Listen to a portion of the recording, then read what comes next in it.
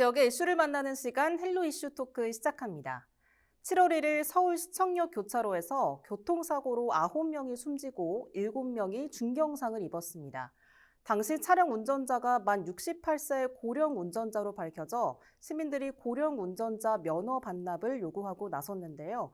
이 시간 이슈토크에선 우리 지역 고령 운전자 현황을 짚어보고 면허 반납 정책과 향후 계획에 대해 이야기 나눠보겠습니다. 뉴스민 천용길 편집장과 함께합니다. 안녕하십니까? 안녕하십니까?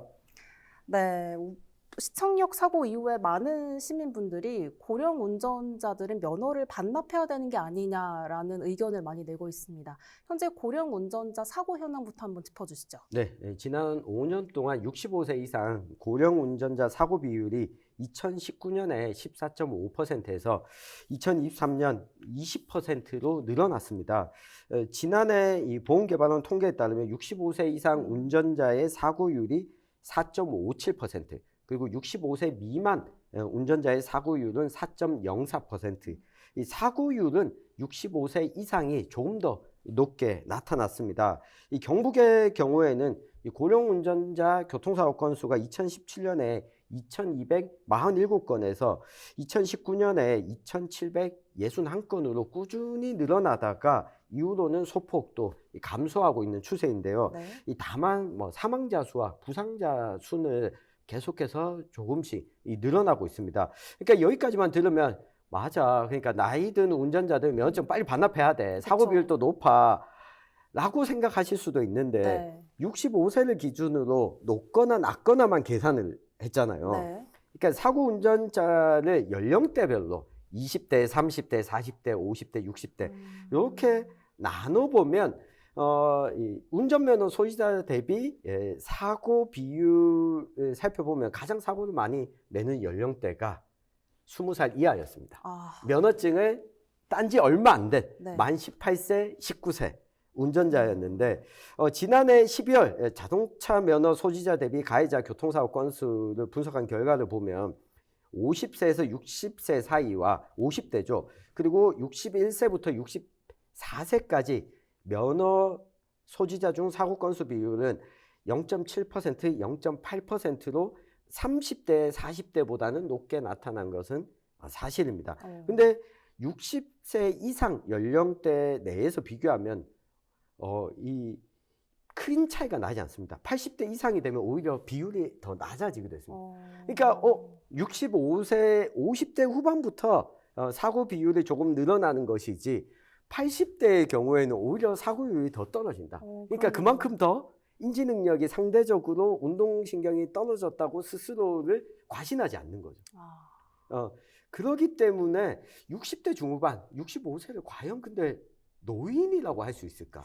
그러게요. 네. 특히 사회생활들을 하고 있는 60대, 70대가 늘어나고 있고 한창 내가 생각하는데 나보고 면허증 반납하라고? 이게 섣불리 이해가 안 되는 분들도 많을 겁니다.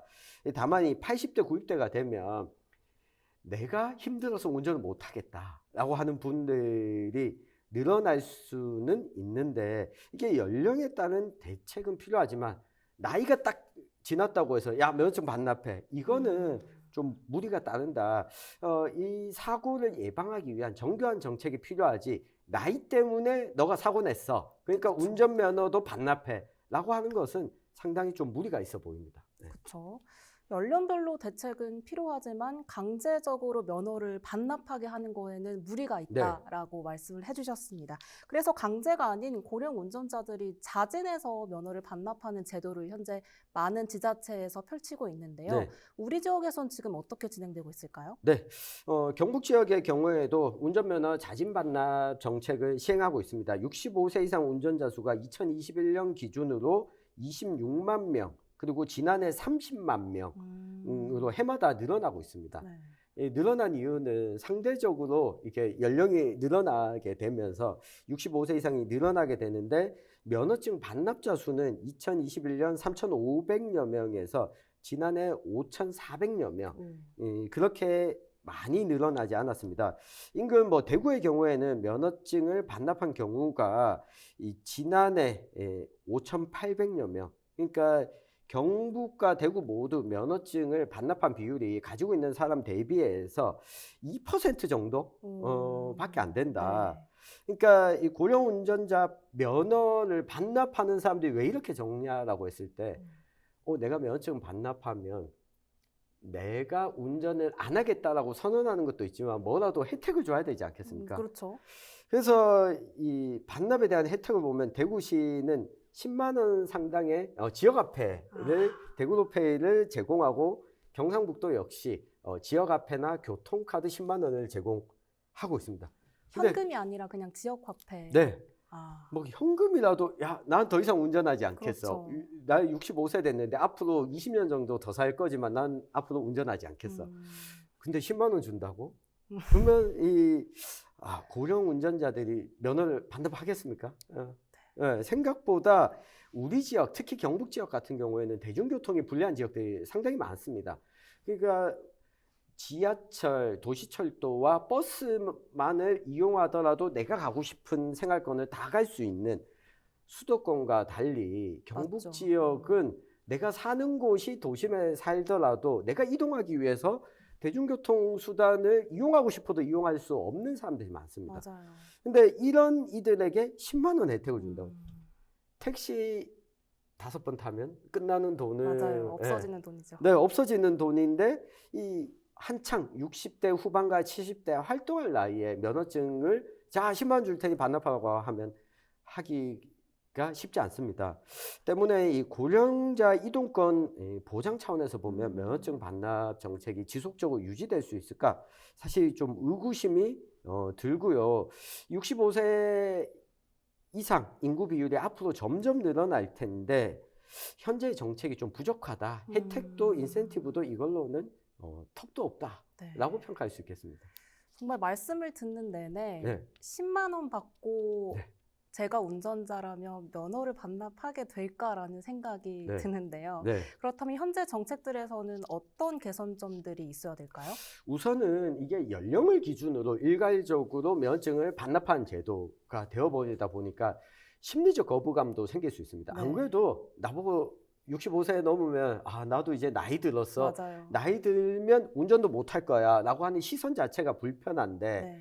면허증도 반납하라고 이야기라고 나이를 기준으로 일괄적으로 처리하는 이 정책 자체가 좀 한계가 있다. 네. 나이가 아니라 사람에 따라서도 인지 능력이나 신체의 기능들이 다 다를 텐데 운전자의 능력은 개인마다 다르기 때문에 전반적으로 운전자 안전을 강화하는 방향으로 가야 된다.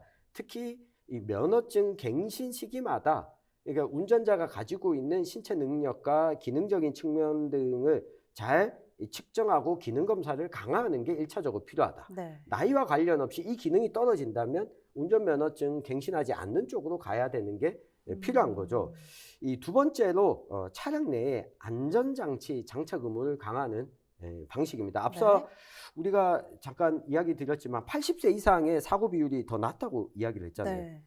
그만큼 안전에 대한 이 기준치가 굉장히 높아지게 되는 거죠. 이 고령자일수록 자동차 연식이 오래된 차량을 가지고 다니는 경우가 많습니다. 맞습니다. 그러니까 이게 연령의 문제도 있겠지만 차량의 문제가 있을 수도 있거든요. 그러니까 이 부분은 10년 이상 지난 차량 또 이 안전장치와 그 에어백 등이 제대로 갖춰지지 않는 차량의 경우에는 안전장치를 강화하는 정책도 동시에 좀 필요할 것 같고요. 네. 이 두 가지를 하고 난 다음에 이제 고령 운전자의 면허 반납 정책에 대해서도 인센티브를 좀 늘려야 된다. 그러니까 10만 원 너무 적지 않습니까? 이 경기도 파주시 같은 경우에는 만 75세 이상, 네. 65세가 아니라 75세 이상 고령자가 면허를 반납하면 30만 원으로 인상했습니다. 3배를 더 주는 거네요. 네, 3배를 더 준 겁니다. 네. 근데 이 30만 원도 사실 그쵸. 적은 돈이긴 적은 하죠. 돈이죠. 그렇지만 파주시에서 3배를 올리고 나니까 면허증 반납 비율이 56%에서 66%로 10% 이상 올랐습니다. 그래, 어차피 내가 운전을 이제 그만할 때도 됐는데 라고 판단했는데 돈까지 주네. 30만 원 정도면 내가 해볼 수 있겠어. 게다가 이 대중교통이 갖춰진 지역이면 사실 65세 이상의 경우에는 도시철도가 있는 지역은 무상으로 도의철도를 이용할 수가 있거든요. 네. 그렇기 때문에 뭐 다른 거는 도의철도 타고 다니면 되고 30만 원은 내가 반납한 용돈이지라고 생각할 수가 있는 거죠. 이 결국에는 고령자 이동권, 대중교통을 어떻게 확보할 것인가. 가까운 예로 보면 우리 경북 지역 같은 경우에는 청송과 봉화에서 무료버스 제도를 실시하고 있습니다. 그러니까 무료버스 제도를 실시하고 있기 때문에 대중교통에는 돈이 들지 않습니다. 여기에 뭐 경주나 상주 지역의 경우에는 1,000원 택시, 뭐 100원 택시라고 해서 오지의 경우에는 100원 또는 1,000원만 내더라도 택시를 이용할 수 있는, 그러니까 이 정도 정책이 있다면 내가 굳이 운전하지 않아도 되는 거죠. 그러니까 이런 제도가 함께 설계가 될 필요가 있을 것으로 보이고요. 이 대중교통으로 가기 불편한 곳을 없애는 것을 동시에 추진해야 된다. 물론 이게 청년들, 청소년들도 불편함을 느끼긴 하지만 면허가 없는. 근데 이분들은, 청소년들은 도보도 그쵸. 좀 편하지 않습니까? 네. 근데 어르신들은 이게 더 어렵기 때문에 이들에 대한 교통권, 이동권을 보장하는 게 동시에 수반돼야 된다. 그리고 지방자치단체에서도 운전면허가 없더라도 충분히 기본적인 생활이 가능하도록 이 어르신 복지를 위한 정책을 펼쳐야 된다. 이게 청송과 봉화에서 시도하고 있는 것들이 전국적으로도 긍정적인 영향을 미치고 있는 만큼 네. 경북 지역의 다른 지자체도 이렇게 이동권을 보장하려는 노력을 동시에 진행할 필요가 있어 보입니다. 네, 말씀해 주신 것처럼 뭐 1,000원 택시나 네. 100원 택시 같은 여러 정책들을 펼치고 있는데요. 그럼 지금 다른 나라들에선 어떤 정책들을 펼치고 있을까요? 네, 앞서 살펴본 것처럼 우선은 나이 때문이 아니라 나의 신체 기능이 어느 정도인지 제대로 측정하는 것과 네. 자동차에 장비 이상이 없는지, 요 두 가지를 좀 접목시켜서 일본의 경우에 보면 페달 5조작을 방지하기 위한 방지 장치를 장착한 차량에 대해서는 안전도 평가에 가산점을 주는 제도를 도입을 하고 있습니다. 그러니까 우리도 운전하다가 이 브레이크 제동 장치 페달을 밟아야 되는데 가속 페달을 밟는 경우 오작동이 일어날 수가 있잖아요. 이 자동차를 정지 또는 서행시키도 잘못 밟을 경우에는 서행하는 장치를 추가하는 방식입니다. 이럴 경우에 가산점을 주게 되면 사고가 났을 때 사고도 예방하지만 보험 요율에 있어서도 이 가산점이 반영이 돼서 상대적으로 자동차 보험료율을 낮춰주는 효과도 동시에 줍니다. 그러니까 우리 정부에서도 이 급발진 의심사고 예방책으로 페달 5조작 보조장치 장려 정책을 지금 검토하고 있습니다. 그러니까 65세 이상 고령 운전자가 차량에 이 급가속을 억제하는 장치를 장착할 경우에 비용 일부를 국가가 지원하는 내용의 법안이 지금 국회에 발의가 되어 있는데요. 특히 고령 운전자가 운전하는 차량 연식이 오래됐다라고 하는 점 때문에라도 네. 이러한 정책은 안전도를 높이는 측면에서 좀 필요하다. 특히 우리가 환경 오염을 방지하기 위해서 경유 차량의 보조 장치를 다는 데 있어서도 이 90% 이상을 이 정부가 법적으로 보조해주고 있거든요. 그러니까 이것처럼 이러한 법안은 좀 하루빨리 통과될 필요가 있어 보입니다. 네. 페달 5조작 방지 장치에 대해서 언급을 해주셨는데요.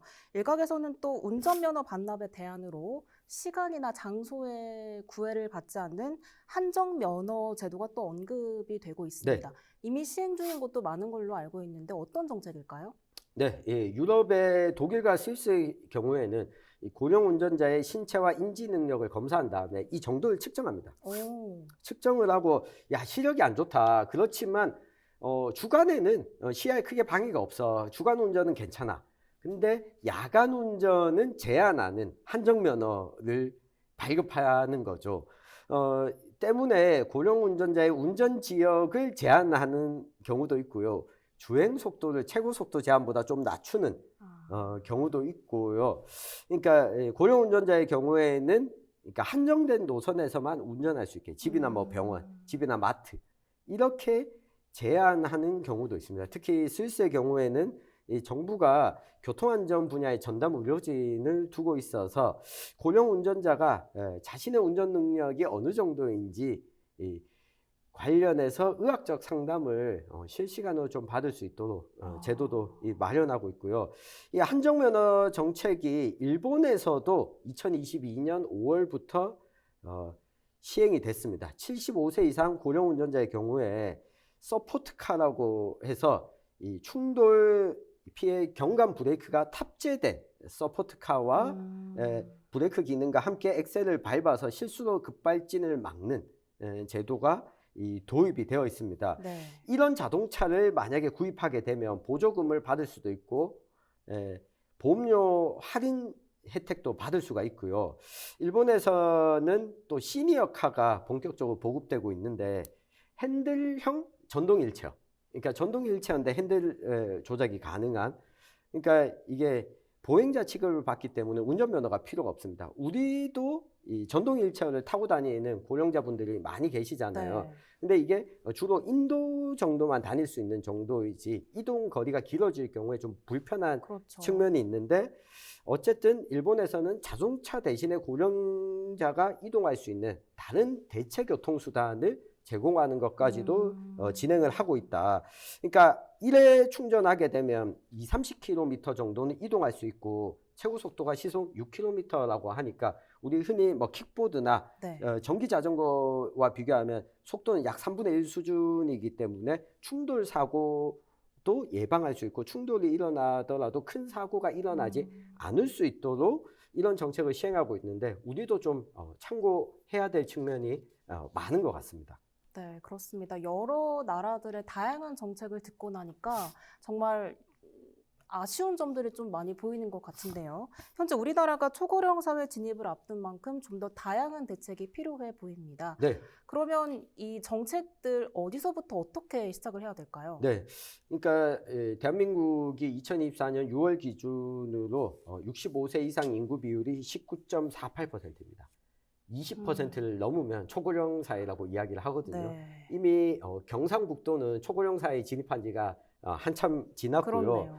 앞으로 대한민국의 이 고령자 비율은 점점 더 늘어날 수밖에 없습니다. 네. 현재 추세면 2050년이면 40% 정도가 만 65세 이상이 될 것이다라고 예상을 하고 있는데요. 그때가 되면 저도 만 65세 이상 고령자가 됩니다. 그러니까 이 고령자가 어떻게 하면 안전하게 운전할 수 있는가, 그리고 이동할 수 있는가를 놓고 정책을 짜야 되지. 자, 65세 이상 나이 든 사람들은 다 운전 못하게 막아 라고 하는 게 말이 안 되죠. 사회 절반을 앞으로 이동이 불편하도록 만들어 버리는, 이거는 상식적이지 않기 때문에 네. 획일적 규제가 아니라 적극적인 안전관리와 이동권 보장이라고 하는 두 가지 측면에서 고령 운전자에 대한 교통정책의 기준을 삼을 필요가 있어 보입니다. 네. 그렇다면 끝으로 이번 고령 운전자 면허 반납 제도를 어떻게 좀 개선하면 좋을지 의견을 주신다면요? 네, 우선은 앞서 우리 경기도 파주시의 사례처럼 두 가지 측면을 우리가 참고할 필요가 있는데요. 경상북도는 65세 이상을 대상으로 하고 있습니다. 65세 이상은 내가 노인인지 아닌지 심리적 저항선이 큽니다. 네. 그 65세 이상 대상으로 한다라고 했을 때는 정책의 효과가 저는 크지 않다고 봅니다. 파주시가 시행했던 것은 75세 이상을 대상으로 삼았습니다. 그러니까 경상북도의 경우에도 기본적으로 75세 이상이면 심리적 저항선도 상대적으로 낮고 이상에 대해서 10만 원이 아니라 더 많은 혜택을 그렇죠. 주는 정책이 기본적으로 필요할 것 같고요. 여기에 고령 운전자 면허를 반납할 경우에 앞서 이야기 드렸던 뭐 1,000원 택시 이용할 수 있는 이용권을 더 제공한다든가 한 달에 주기적으로 몇 차례씩 제공한다든가 네. 이동권 보장을 위한 인센티브도 함께 제공될 필요가 있다. 요 두 가지 측면을 우리 지자체에서도 신경을 써주시면 고맙겠습니다. 네. 네, 오늘 말씀 여기까지 듣겠습니다. 네, 지금까지 고령자 운전면허 반납에 대해 이야기 나눠봤습니다. 이 시간 헬로 이슈 토크는 여기까지입니다. 시청해주신 여러분 고맙습니다.